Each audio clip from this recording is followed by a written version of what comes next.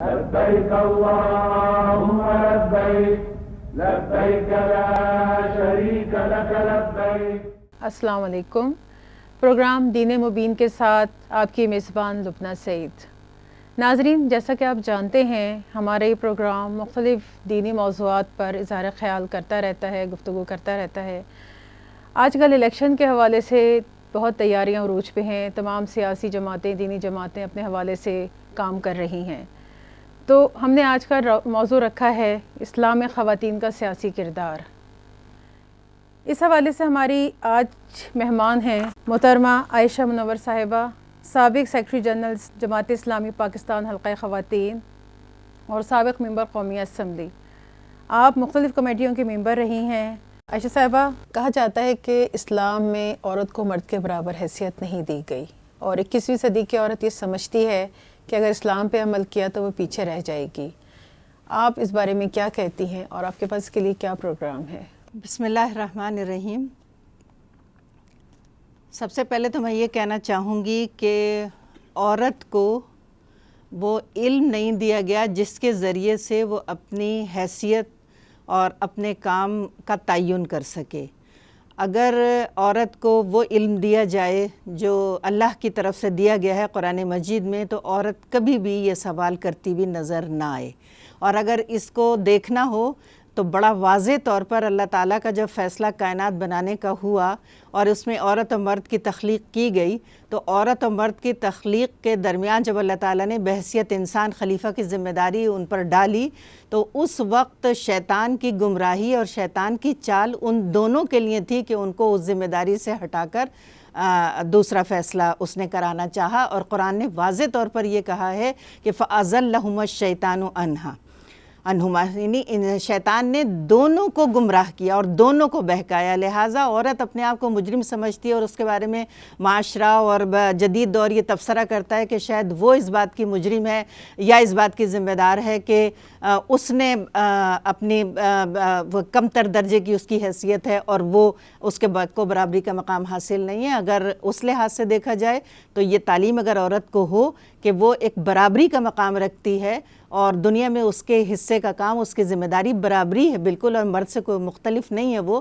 تو شاید اس کا یہ خیال نہ ہو۔ اور اس کے ساتھ ساتھ ایک دو باتیں اور میں کہنا چاہوں گی کہ نہ صرف یہ کہ ذمہ داری کے حوالے سے، بلکہ اس لحاظ سے بھی کہ عورت جو اپنے حصے کی ذمہ داری پوری کرے گی اس کا اجر اور اس کی مدد اور اس کا حوصلہ اور اس کی پذیرائی بھی اس کے رب کی طرف سے اسی طرح سے ہوگی۔ اس لیے کہ قرآن مجید کی سورہ آل عمران میں واضح طور پر یہ بات کہی گئی ہے کہ انی لا اضیع عمل عامل منکم من ذکر او انثی، کہ کسی عورت اور کسی مرد کی کاوش کو اور کوشش کو اللہ تعالیٰ ضائع نہیں کرتا۔ یہاں بھی اللہ تعالیٰ نے عورت کو بالکل واضح ایک مقام دیا ہے اور بالکل برابری کا مقام دیا ہے۔ اس لحاظ سے اگر عورت یہ سمجھتی ہے کہ اس صدی کے اندر اگر وہ بالکل کمزور رہ گئی ہے اور عورت وہ بھی کام کرنے لگے جو مرد کرتا ہے، تو شاید یہ اس کی لا علمی ہے یا جہالت ہے۔ اگر وہ سمجھنے کی کوشش کرے تو یہ ایسا نہیں ہے۔ پھر یہ کہ للرجال نصیب مما اکتسبوا وللنساء نصیب مما اکتسبنا، کہ جو مرد کمائیں گے اس کا حصہ مرد پائیں گے اور جو عورتیں کمائیں گی اس کا حصہ عورتیں پائیں گی۔ یہاں بھی کوئی تفریق نہیں ہے۔ اور اگر اس لحاظ سے مزید دیکھا جائے تو یہ بھی ایک بڑی واضح بات ہے کہ اسلام ایک نظام عدل اور نظام قسط ہے۔ اس نے کچھ کام عورت کے ذمے لگائے ہیں اور کچھ کام مرد کے ذمے لگائے ہیں۔ اگر وہ کچھ کام عورت اور مرد کے ذمے تقسیم اور تفریق ہے اس میں اور تھوڑا سا دائرہ کار کھینچا گیا ہے، تو یہ تو بالکل درست ہے اور یہ عدل کا تقاضا ہے، اس کی شخصیت کا تقاضا ہے، اس کی جسمانی ساخت کا تقاضا ہے، اس لیے کہ وہ بے شمار ایسے کام انجام دیتی ہے، اپنی زندگی کے بہت اہم کام انجام دیتی ہے، کائنات میں انسانوں کو لانے والی وہ ہے، جنم دینے والی وہ ہے۔ لہٰذا وہ اتنی بڑی ایک ذمہ داری پوری کر رہی ہوتی ہے کہ اگر وہ مرد سے کرائی جائے تو مرد کر نہیں سکتا۔ لہٰذا اسلام نظام عدل ہے اور اس نے جس دائرے میں جس کی جو ذمہ داری لگائی ہے وہ اس حصے کی ذمہ داری پوری کرتا ہے۔ لہٰذا میں یہ سمجھتی ہوں کہ اگر عورت یہ کہتی ہے کہ وہ برابری کے مقام پر جب تک مرد کے نہیں آ جائے گی، تو وہ دراصل یہ سمجھے کہ اس کی حیثیت اور اس کا مقام کیا ہے اور اللہ تعالیٰ نے کس طرح سے اس کی قدردانی کی ہے۔ اگر تھوڑا سا مغرب کو اس طرف دیکھا جائے کہ مغربی عورت جو آزادی یا مرد کی برابری کے تصور اور اپنی ترقی کے عروج پر اپنے آپ کو سمجھتی ہے، تو وہاں کی اگر کثیر عورتوں سے آپ جائزہ لیں اور ان کے انٹرویوز لیں اور ان کو دیکھیں کہ وہ کیا کرتی ہیں، تو وہ کہتی ہیں کہ ہم دفتر اور اجتماعیت اور معاش کی ذمہ داری اٹھا کر اور گھر کی ذمہ داری اٹھا کر ہماری صورتحال یہ، یعنی ان کی 94% عورت کی رائے یہ ہے کہ زوجیت اور ملازمت اور پھر ماں ہونے کی ذمہ داری سے پوری کرتے کرتے وہ تھک چکی ہیں، اور وہ کہتی ہیں کہ شاید واپس ہمارا گھر ہی ہماری بہترین مقام اور بہترین جگہ ہے۔ تو عورت اپنے حصے کا کام کر رہی ہے، عورت اپنی ڈیوٹی پوری کر رہی ہے، عورت کی ساکھ جو ہے وہ اپنی ذمہ داری ادا کر رہی ہے، لہٰذا عورت ہی یہ سمجھنے لگے کہ شاید وہ غلط کام کر رہی ہے، یا عورت ہی یہ سمجھنے لگے کہ مرد کے حصے کی ذمہ داری وہ پوری کرے جبھی وہ برابری اور کوئی مقام 21ویں صدی میں حاصل کر سکتی ہے، تو اس کی رائے غلط ہے۔ اس کے ساتھ جو لگائی گئی ہے اسے وہ پوری کرنی چاہیے، احسن طریقے سے پوری کرنی چاہیے، اور یہی برابری ہے اور یہی حصہ ہے اور یہی اللہ کی طرف سے ہے۔ نام نہاد مہذب دنیا سے یہ خیال لایا گیا ہے کہ ہر میدان میں عورت کو مردوں کے برابر ہونا چاہیے، کیا آپ ایسی مساوات کی قائل ہیں؟ میں تو اس مہذب دنیا کو انتہائی جانوروں سے قریب دنیا سمجھتی ہوں جو آج عورت کا حال کر دیا گیا ہے، اور اس کو دوہری ذمہ داری پر لا کر کھڑا کر دیا گیا ہے، بلکہ عورت کو یہ غلط فہمی بھی جو ابھی آپ کہہ رہی تھیں اس طرف لے آیا گیا ہے کہ شاید وہ برابر ہو اور وہی کام اور وہی خدمات انجام دے جو مرد ادا کرتا ہے، جب ہی اس کا کوئی کارنامہ دنیا کے اندر سمجھا جائے گا۔ ہرگز بھی ایسا نہیں ہے۔ اس مہذب دنیا کا حال دیکھ لیجئے جو آج اپنے آپ کو مغرب کہتا ہے، اور اسلام نے جو مسلم عورت کو حق دیا ہے، جو رائٹ دیا ہے، اور جو مرد کی ڈیوٹی اور ذمہ داری بتائی گئی ہے، وہ تو واضح طور پر یہ ہے کہ اگر اس کے ذمہ خانہ داری، اس کے ذمہ بچوں کی پیدائش، اس کے ذمہ بچوں کا دودھ پلانا اور اس کے ذمہ بچوں کی تربیت کا نظام دیا گیا ہے، تو اس کو معاشی ذمہ داری سے بالکل فری کر دیا گیا ہے، اسے فری ہینڈ دیا گیا ہے۔ اور اس فری ہینڈ میں بھی یہ بات نہیں ہے کہ مرد دیتا ہے تو اس کا ہاتھ اوپر ہے، بلکہ بات یہ ہے کہ وہ خود کفیل ہے اپنی معاش میں کہ مرد اس گھر کا، اس کے بچوں کا اور اس کے نان نفقے کا ذمہ دار ہے۔ دوسری طرف یہ کہ اس کا باپ، ماں یا اسے کوئی وراثت میں چیز ملتی ہے تو وہ اس کا حق ہے اور اپنی مرضی سے وہ خرچ کر سکتی ہے۔ اگر وہ کسی بھی اجتماعی فریضے کو سامنے رکھ کر ملازمت کرتی ہے تو ملازمت کی انکم بھی اس کا حق ہے۔ اگر شوہر اس کا بن گیا ہے اور شادی کرتا ہے تو سب سے پہلے اس کو مہر دینے کا ذمہ دار ہے تاکہ اس کی معاشی پوزیشن مستحکم ہو جائے اور مضبوط ہو جائے۔ لہٰذا اگر یہ خیال عورتوں میں پایا جاتا ہے یا اجتماعی طور پر کوئی یہ ایسی کیفیت ہے کہ عورت جو ہے وہ نہیں ہے اس کام کی ذمہ دار، تو دراصل بات یہ ہے کہ اس کی تو پوزیشن اللہ تعالیٰ نے پہلے ہی بہت مضبوط کر دی ہے۔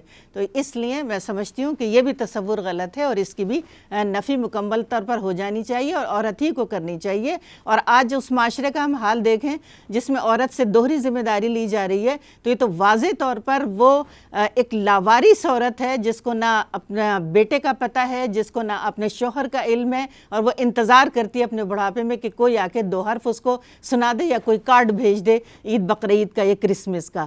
لہٰذا وہ معاشرہ اور وہ عورت تو مظلوم ہے اور پریشان ہے، اور مسلم عورت تو بہت اسے خوشی منانی چاہیے کہ اس کو شاید وہ سب کچھ دے دیا گیا ہے جو اس کی ضرورت ہے، اس کی ذمہ داری اور ڈیوٹی کے لحاظ سے جو اس کی ہے۔ اچھا، ایک طرف کہا جاتا ہے کہ عورت کا دائرہ اس کا گھر ہے، لیکن ہم دوسری طرف یہ دیکھتے ہیں کہ بہت ساری دین کے علم بردار خواتین سیاست میں آ رہی ہیں۔ آپ مطلب کیا سمجھتی ہیں، کیا جواز ہے اس کا کہ جو خواتین گھروں تک ہیں وہ سیاست میں آئیں؟ میرا خیال یہ ہے کہ یہ بھی کچھ صحیح صورتحال سوال کی نہیں ہے جو آپ نے کی ہے۔ جہاں تک عورت کی معاشرے کی اصلاح کی ذمہ داری کا معاملہ ہے، ایک رضاکار کے طور پر، نان پیڈ کے طور پر، قرآن مجید اس میں واضح طور پر یہ کہتا ہے کہ والمؤمنون والمؤمنات بعضهم اولیاء بعض، مومن مرد اور مومن عورتیں ایک دوسرے کے رفیق ہیں اور بھلائی کا کام کرتے ہیں، برائی سے روکتے ہیں اور معاشرے کو ٹھیک کرتے ہیں ایک رضاکار کے طور پر۔ ایک ایسا معاشرہ جس میں کا چال چلن درست نہ ہو، ایک ایسا معاشرہ جس میں خرابیاں ہوں، ایک ایسا معاشرہ جو مہذب نہ کہلاتا ہو، اور اس میں صرف ایک عنصر مرد جو معاش بھی کمائے اور اسے ذمہ دار بنا دیا جائے پورے اصلاح معاشرہ کا۔ اسلام اس طرف ہماری رہنمائی کرتا ہے کہ اصلاح معاشرہ اور اس کو متوازن رکھنا رکھنا اور اس کو خرابی سے پاک رکھنا عورت کی بھی ذمہ داری ہے، اور اس دائرے میں عورت رضاکار کے طور پر، پیڈ کے طور پر نہیں، اپنے حصے کی ذمہ داری پوری کرتی ہے، پوری کر سکتی ہے، پوری کرتی رہی ہے۔ اور اگر تاریخ کا اس میں مطالعہ کیا جائے تو ہم الحمدللہ دیکھتے ہیں کہ حضرت عائشہ رضی اللہ تعالیٰ عنہ کا کردار دیکھ لیجئے کہ وہ بھی ایک پوری طرح سے اجتماعی معاملات میں حصے دار ہیں اور حتیٰ کہ جنگوں میں وہ شریک ہیں۔ اسی طرح سے حضرت ام عمارہ رضی اللہ تعالیٰ عنہ کو دیکھ لیجئے کہ وہ نبی اکرم صلی اللہ علیہ وسلم کے دفاع میں تلوار کے زخم سہ لیتی ہیں۔ حضرت ام سلمہ رضی اللہ تعالیٰ عنہ کو دیکھ لیجئے کہ وہ ایک بہترین مشیر کے طور پر صلح حدیبیہ کے وقت میں وہ بیٹھی ہیں اس حرم میں اور اس چار دیواری میں، اور نبی اکرم صلی اللہ علیہ وسلم کو مشورہ دیتی ہیں، اور وہی مشورہ بعد میں اِنَّا فَتَحْنَا لَكَ فَتْحًا مُبِينًا کی شکل میں ہمارے سامنے آتا ہے۔ لہٰذا عورت کے کردار کو اگر اس طرح سے دیکھا جائے کہ اس کی اجتماعی معاشرے کی اصلاح کی ذمہ داری ہے یا نہیں، الحمدللہ وہ عورت رضاکار کے طور پر معاشرے کی اصلاح کی ذمہ داری پوری کرتی ہے، اور وہ معاشی پیڈ نہیں ہے۔ وہ یہ نہ کہا جائے کہ وہ معاشی طور پر اس کو بھی ارننگ کا پوائنٹ کوئی بنا لیتی ہے، نہیں، اجتماعی طور پر معاشرے کی ویلفیئر کے لیے جس عورت کی ضرورت ہے اس کے قرآن بتاتا بھی ہے کہ وہ کام کرنا ہے، اور تاریخ بھی یہ کہتی ہے کہ یہ کام کیا جانا چاہیے۔ تو ایک رضاکار کے طور پر اگر عورت معاشرے کی اصلاح کے لیے اپنے حصے کی ڈیوٹی اور ذمہ داری پوری کرے تو وہ اس کی فرضیت اور اس کے اخلاص میں آ جاتا ہے، وہ اس کام میں نہیں آتا کہ باہر نکل کر عورت اپنی کوئی ذمہ داری سے فرار یا یہ کہ کسی دوسری سمت میں وہ نکل گئی ہے۔ عائشہ صاحبہ، آپ سے ایک سوال مجھے یہ بھی کرنا ہے کہ لوگوں میں ایک ڈر اور ایک خوف جو آزادی پسند یا اس طرح ہیں، وہ ڈرتے ہیں کہ اگر اسلام پسند آ گئے تو عورت کو گھر میں بند کر دیا جائے گا، اسے زبردستی برقع پہنا دیا جائے گا، تمام تفریح ختم ہو جائے گی، یعنی کہ ایسے جیسے قید ہو جائیں گے نا، کچھ رہے گا نہیں کرنے کے لیے۔ تو اس سوچ کو آپ کیسے تبدیل کریں گی؟ شکریہ، مگر مجھے تو سوال میں تضاد لگ رہا ہے تھوڑا سا، اس لیے کہ ابھی تو ہم یہ ڈسکشن کر رہے تھے کہ ہم ان ہیں اس پولیٹکس میں اور رضاکار کے طور پر ان ہیں اور معاشرے کے ٹھیک کرنے کے لیے، اور اسلام نے جتنا رائٹ دیا ہے اس کے لحاظ سے، تو اس لیے اگر ہم ان حالات میں یہ کر رہے ہیں تو ظاہر ہے کہ ہماری یہی سوچ ہے یا ہم نے یہی اخذ کیا ہے، تو ایسا ممکن نہیں ہے۔ اور اگر اس کو اور طرح دیکھنا ہے تو میں یہ کہہ سکتی ہوں کہ لا اکراہ فی الدین قد تبین الرشد من الغی، دین میں زبردستی ہے ہی نہیں۔ جب یہ تیونس میں ابھی جو انقلابی شکل بنی ہے تو ان کا بھی، ان کے جو غنوشی جو ان کے سربراہ ہیں، انہوں نے بھی یہی کہا کہ ہم جنت میں ڈنڈے کے زور سے تو نہیں بھیجیں گے لوگوں کو، لہٰذا یہ ایسا نہیں ہے کہ عورت اگر اسلام آ جائے گا تو عورت بس پردے میں ہو جائے گی، ڈھکی چھپی رہے گی، گھروں میں بند کر دی جائے گی، تفریحات نہیں ہوں گی۔ اور میرا خیال ہے اسلامی ہسٹری سے بھی اگر لوگ صحیح مطالعہ کریں تو اس بات کو سمجھ سکتے ہیں۔ حضرت عائشہ صدیقہ رضی اللہ تعالیٰ عنہ کا آپ رول دیکھ لیجئے، علمی لحاظ سے دیکھ لیجئے، جنگی اعتبار سے دیکھ لیجئے، مسائل میں انوالو ہونے کے لحاظ سے دیکھ لیجئے۔ حضرت ام سلمہ رضی اللہ تعالیٰ عنہ کا دیکھ لیجئے کہ آپ صلح حدیبیہ کے وقت اس خیمے میں مقیم ہیں پیارے نبی صلی اللہ علیہ وسلم کے ساتھ، اور آپ کا مشورہ اتنا کام آتا ہے کہ سارے مسئلے کا حل ہی نکل آتا ہے۔ حضرت ام عمارہ حالت جنگ میں ایسے دائیں بائیں شیرنی کی طرح سے وہ مچل رہی ہیں کہ جو وار نبی اکرم صلی اللہ علیہ وسلم پہ آ سکتا ہے وہ اپنے اوپر سہنے کو تیار ہیں۔ تو یہ میرا خیال یہ ہے کہ کانسیپٹ صحیح نہیں ہے، اور اگر ہم سے کوئی غلط فہمی ہوئی ہے تو انشاءاللہ ہم بھی دور کرنے کو تیار ہیں۔ لیکن ایک بات میں اور کہنا چاہوں گی، دیکھیے یہ جب اسلام کو تھوڑا سا وقت ملا ہے کام کرنے کا، خصوصاً پاکستان میں، تو اس میں آپ دیکھیے کہ عورت کی ایجوکیشن ہو یا دیگر ایکٹیویٹیز ہوں۔ میں تو سرحد کے حکومت کے دوران ہی، ہم لوگ اس وقت تھے اسمبلی کے اندر، 28 کالج صوبہ سرحد کی حکومت نے، جو اسلامی حکومت تھی، وہ خواتین کے لیے بنائے۔ میڈیکل کالج خواتین کے لیے بنایا گیا۔ نعمت اللہ خان یہاں اگر بلدیہ کے تھے ناظم، انہوں نے اسپورٹ کمپلیکس بنایا۔ پردے کے باغ ہم نے دیکھے عرصہ دراز پہلے کہ جس میں یہ نہیں ہوتا تھا کہ مرد آ جائیں گے، ہم آرام سے باغوں میں گھوما کرتے تھے۔ تو یہ میرا خیال یہ ہے کہ کانسیپٹ ٹھیک نہیں ہے۔ ایسا نہیں ہے، دین جبر کا نام نہیں ہے. یہ تمام آزادیاں اپنے دائرے میں اپنے اخلاق کی حفاظت کرتے ہوئے، دین کی حفاظت کرتے ہوئے عورت کو حاصل ہیں اور حاصل ہوں گی. مطلب ہر چیز کی ہے اجازت، دائرے کار کے اندر آپ تفریح بھی کر سکتے ہیں. اور میرا نہیں خیال کہ پردہ ہمیں کسی چیز سے روکتا ہے، کسی ترقی سے روکتا ہے یا کسی کام سے روکتا ہے. ہم اپنی حدود میں رہ کے ہم جو چاہیں کام کر سکتے ہیں جس سے ہمارا معاشرہ اور ہمارا ملک اور ہمارا دین فائدہ اٹھائے. اور جیسے کہا جاتا ہے عورت کی صحت ہے، اس کو بھی باہر کی ہوا چاہیے، اس کو بھی کچھ سڑک پہ وہ نکل جائے تو وہ اپنی حیا کے ساتھ، اپنی حیا کی چادر کے ساتھ نکل سکتی ہے. کہ اگر اسلام کا صحیح معنوں میں نظام آ جائے تو میرا خیال ہے یہاں پہ تو کسی کو کوئی ڈر خوف ہی نہیں رہنا. بالکل بالکل. شبنور صاحبہ ماشاءاللہ 5 سال قومی اسمبلی کے ممبر رہیں، تو آپ کچھ بتائیں کہ آپ نے اس وقت خواتین کے بہبود کے کیا کیا اقدامات کیے، کون سے ایسے کام کیے جو خواتین کے فائدے میں ہوئے اور آج بھی جاری ہیں. وہ 5 سال ظاہر ہے ایک ذمہ داری تھی اور بڑی فکر تھی کہ ہم عورت کے مسائل کو صحیح طرح سے اخذ بھی کر سکیں اور اس کی جو پریزنٹیشن وہاں ضروری ہے ہم اس کو کر سکیں. اس کے لیے ہم اپنی جماعت کی بنیاد پر تو بہت غور و فکر کیا کرتے تھے اور سوچ سمجھ کر مسائل کو جمع کر کے پھر اس کو لانے کی کوشش کرتے تھے. لیکن ظاہر ہے یہ ادارے قانون سازی کے ادارے ہیں اور یہاں اگر لا وہ بن جاتا ہے تو پھر نیچے پورے ملک کے 18 کروڑ عوام کے لیے وہ ان کی ضرورت کو پورا کرتا ہے، یا اگر اس میں سے 9 کروڑ عورت ہے تو وہ اس کی ضرورت کو پورا کرے گا. تو اس لحاظ سے قانون سازی پر ہماری توجہ اس پورے عمل میں زیادہ رہی ہے اور بعض بل ہماری طرف سے انٹروڈیوس ہوئے ہیں جن میں کچھ میں آپ کو بتا دیتی ہوں. جیسے جب یہ طلاق کا مسئلہ ہوتا ہے عورتوں کے ساتھ تو عموماً یہ ہوتا ہے کہ جو پچھلا قانون تھا 1961 کا، اس میں یہ تھا کہ مرد سے ہی کہا جاتا تھا کہ وہ طلاق دے کر چیئرمین کو کچھ مدت میں مطلع کر دے. تو اس میں عورت لٹکتی رہتی تھی اس لیے کہ اگر مرد نہیں کر رہا، یعنی طلاق دینے کا مطلب ہی اختلاف ہے، تو اختلاف میں وہ تعاون کیسے کرے گا.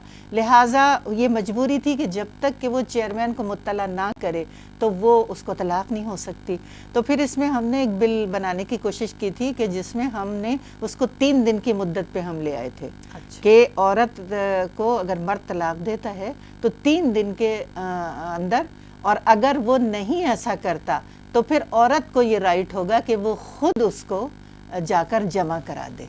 تو اس طرح سے جو حقوق متاثر عورت کے بائی لا تھے اس کو کوشش کی ہم نے. اسی طرح سے جو مسائل بیوہ عورت کے، اب بیوہ عورت ہو گئی یا شوہر معذور ہے اور کفالت کا کوئی نظام نہیں ہے، تو پھر ہم نے اس بات کی کوشش کی تھی کہ ایک بڑا تفصیلی بل بنایا تھا کہ وہ کفالت جو ہے وہ اگر خاندان والے کرتے ہیں تو عملاً آپ نے دیکھا ہوگا کہ ہمارے معاشرے کا یہ مسئلہ ہے کہ پھر خاندان والے انوالو ہو جاتے ہیں اور بچوں کی کچھ تقسیم شروع ہو جاتی ہے کہ بھئی وہ پڑھا رہے ہیں، وہ لکھا رہے ہیں، لہٰذا تو اس طرح کا ایک بل تھا کہ کسٹڈی میں بچے عورت ہی کی رہیں گے لیکن خاندان کفالت کا ذمہ دار ہوگا.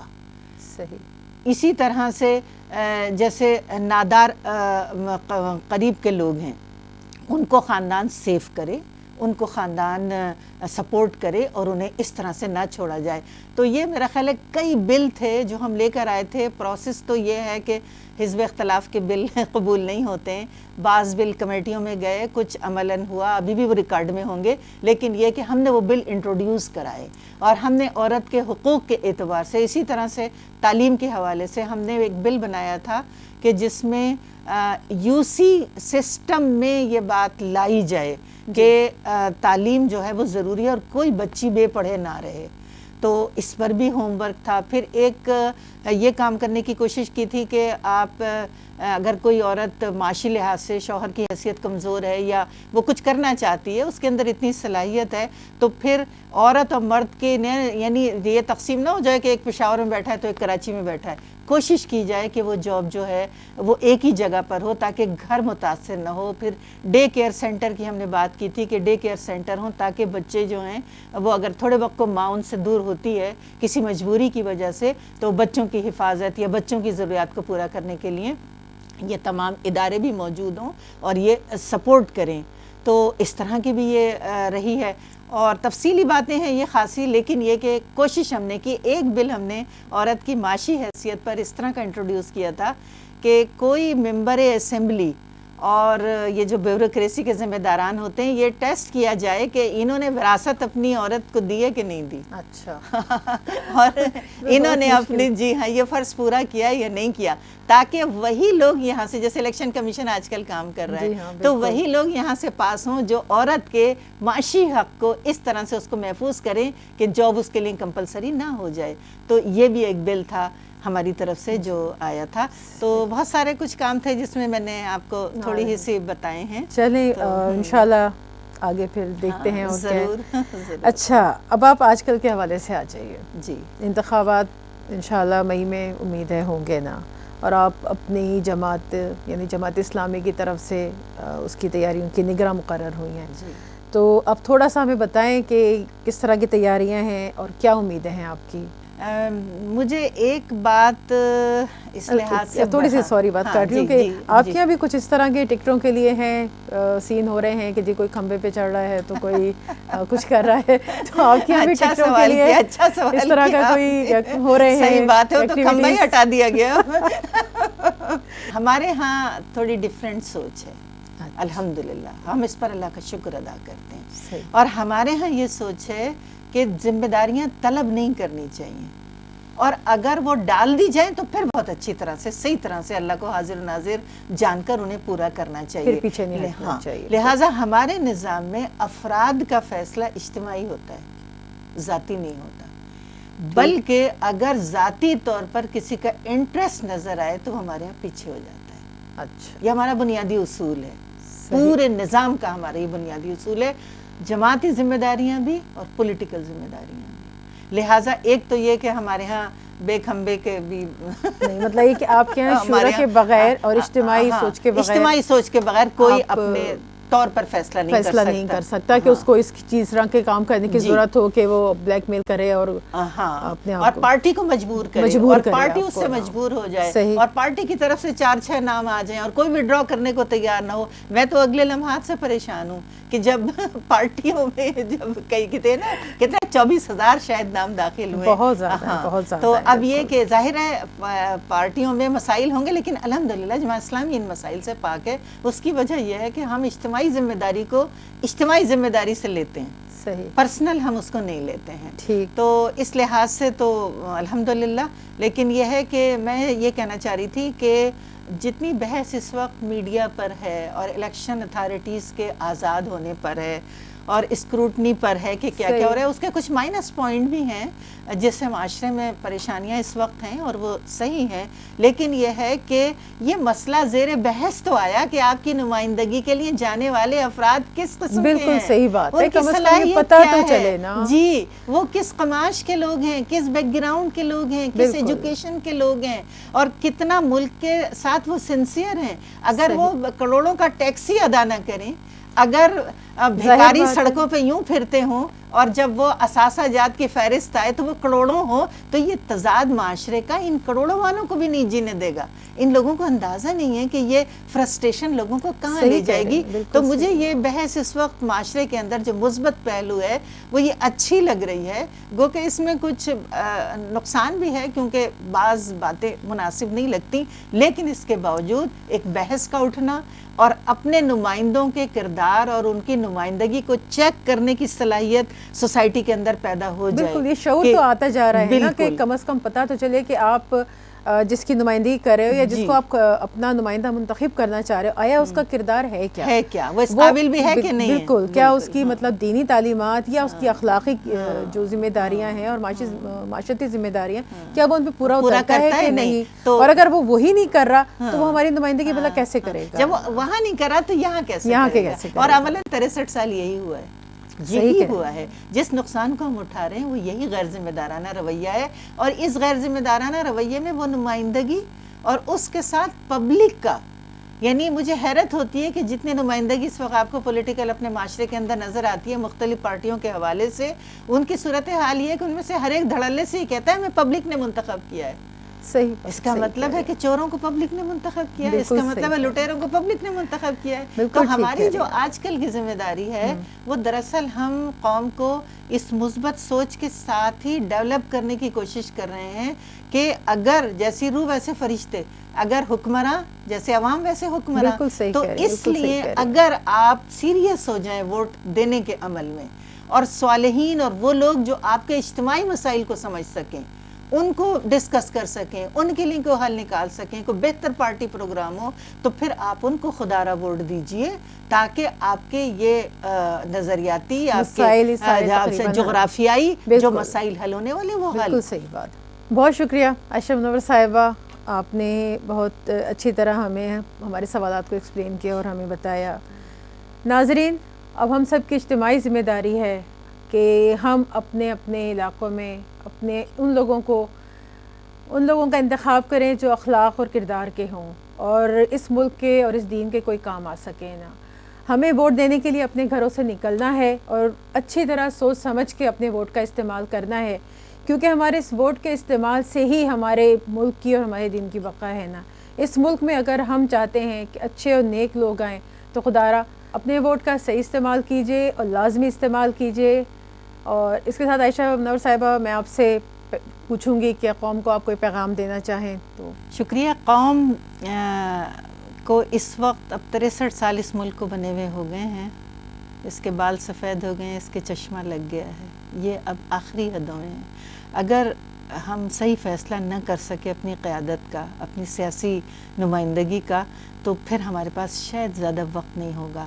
اور میں تو اپنی عزیز بہنوں سے یہ بھی کہنا چاہوں گی کہ یہ یاد رکھیں کہ اگر آپ کا ووٹ کسی ایسے شخص، کسی ایسی جماعت کو جاتا ہے کہ بعد میں آپ حادثات کا شکار ہوں یا انسانی جانیں محفوظ نہ ہوں، امن و امان نہ ہو، لوڈ شیڈنگ ہو، بچے امتحان نہ دے سکیں اور وہ افراتفری معاشرے کے اندر ہو، تو اس کے جواب دہ پھر ہم ہی ہوں گے، وہ ووٹر ہی ہوں گے، اس لیے کہ ان کی نمائندگی تو اوپر آئے گی. لہٰذا یہ یاد رکھا جائے کہ کل جو اس قوم کے ساتھ ہوگا اس کے ذمہ دار ہم خود ہی ہوں گے. بہت شکریہ. تو ناظرین، آپ نے سنا اور یہ حقیقت ہے کہ اگر ہم نے بھی وہی کچھ کیا جو پچھلے 63 سالوں میں ہوتا رہا ہے تو ہمارا انجام وہی ہوگا جو آج کل ہم بھگت رہے ہیں. اجازت دیجیے. اللہ حافظ. لبیک اللہم لبیک لبیک لا شریک لک لبیک لبیک اللہم لبیک لبیک لا شریک لک لبیک